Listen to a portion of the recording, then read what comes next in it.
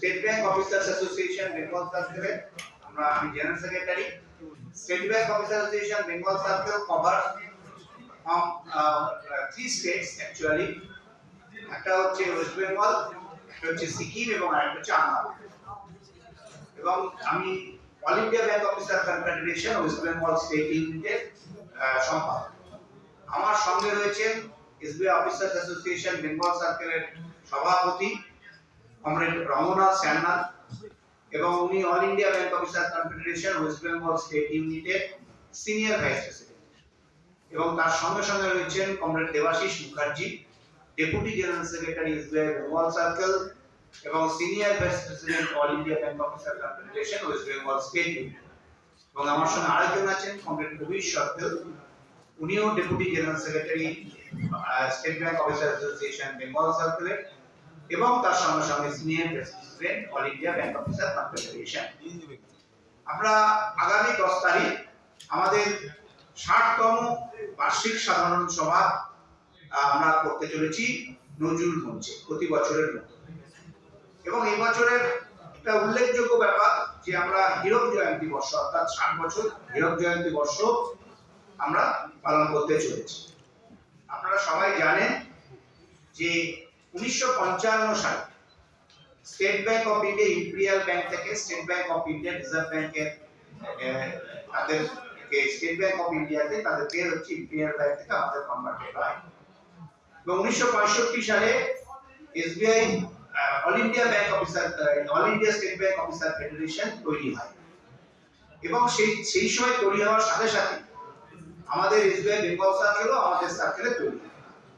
All India state bank officer federation apex body of the all the SBI officers association in the different state এবং circle.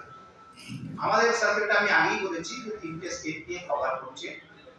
এবং SBI all India state bank officer ফেডারেশনও এই বছরে আমাদের সঙ্গে সঙ্গে হীরক জয়ন্তী বর্ষ পালন করছে।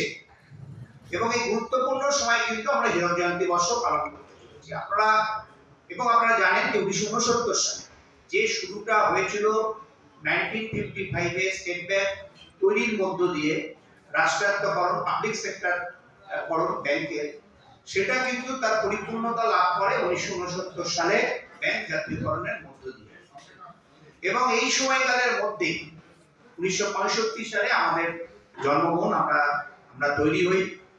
এবং অত্যন্ত উত্তাল সময় ভারতবর্ষের অর্থনৈতিক অবস্থা সে সময় আপনারা সবাই জানেন, স্বাধীনতার পর বিভিন্ন জায়গায় অত্যন্ত তখন খারাপ অর্থনৈতিক অবস্থা। তৎকালীন প্রধানমন্ত্রী শ্রীমতী ইন্দিরা গান্ধী তিনি ব্যাংক জাতীয়করণ করেছিলেন যে দেশের সার্বিক উন্নয়নের সাথে।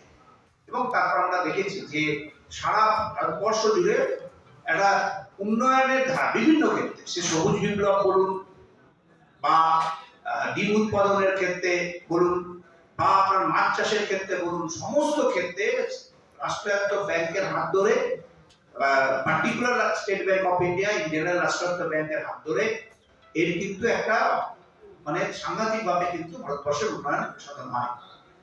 কিন্তু যখন আমাদের দুঃখ লাগে এই 75 বছর ভারতবর্ষের স্বাধীনতার প্রায় 75 বছর হয়ে যাওয়ার পর দেশের অর্থমন্ত্রী যখন পার্লামেন্টে উঠে বলছে যে রাষ্ট্রায়ত্ত ব্যাংকগুলো যে পরিকল্পনা করে ভারতবর্ষের উন্নয়নের জন্য তৈরি করা হয়েছিল সেই পরিকল্পনা ব্যর্থ হয়েছে, সেই পরিকল্পনা তারা পালন করতে পারেনি। আমি শুধু একটুখানি এই সাংবাদিক সম্মেলনে মনে করে দিতে চাই যে এই সময়কালের মধ্যে শুধুমাত্র অর্থনৈতিক উন্নয়নের ক্ষেত্রে ভারতবর্ষের যখনই যে কোনো জায়গায় প্রয়োজন পড়েছে, ডিমনিটাইজেশনের ক্ষেত্রে সরকারের যে উদ্দেশ্য ছিল, আমাদের ব্যাংকের কর্মচারীরা রাত পর্যন্ত জেগে সেটাকে তারা সুষ্ঠুভাবে যাতে করা যায় সেটা তারা করেছে। করোনার মহামারীর সময় আমার সাংবাদিক বন্ধুরা যখন রাস্তায় ছিলেন তারা দেখেছেন যে কেবলমাত্র ব্যাংকের দরজাটা খোলা ছিল সারা ভারতবর্ষে। আজকে এসআইআর প্রক্রিয়া চলছে, যখন এসআইআর প্রক্রিয়া চলছে এবং আপনারা জানেন কেবলমাত্র ওয়েস্ট বেঙ্গলেই মাইক্রো অবজারভার নিয়োগ করা হয়েছে। এবং এই মাইক্রো অবজারভারের ক্ষেত্রে কিন্তু সবচেয়ে বেশি সেন্ট্রাল গভর্নমেন্টের বিভিন্ন সংস্থা থেকে নেওয়া হয়েছে প্রায় 4700 কর্মচারীদের নেওয়া হয়েছে, বিশেষ করে অফিসারদের নেওয়া হয়েছে। এবং সেইখানে কিন্তু অর্ধেক অংশ হচ্ছে ব্যাংকের থেকে নেওয়া হচ্ছে, কোনো প্রাইভেট ব্যাংক থেকে নেওয়া হয়নি, রাষ্ট্রায়ত্ত ব্যাংকের থেকে নেওয়া হচ্ছে।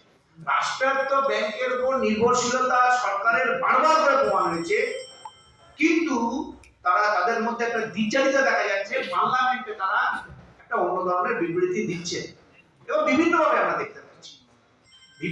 আমরা দেখতে পাচ্ছি যে লোক নিয়োগ থেকে শুরু করে ইনফ্রাস্ট্রাকচারের ক্ষেত্রে শুরু করে নানা রকম ভাবে হচ্ছে রাষ্ট্রায়ত্ত ব্যাংকগুলো বা রাষ্ট্রায়ত্ত যেভাবে বিএসএনএল কে তার পরিষেবাকে নষ্ট করে মানুষের মধ্যে একটা বিভ্রান্ত ছড়িয়ে এবং মানুষের মধ্যে একটা নেগেটিভ বার্তা ছড়িয়ে যখন যেভাবে তারা নষ্ট করেছেন বা করবার চেষ্টা করেছে, সেইভাবেই কিন্তু আজকে ব্যাংকগুলোর উপরও সেই খড়গ তারা নিয়ে আসছে, সেই ধরনের আক্রমণ তারা নিয়ে আসছে।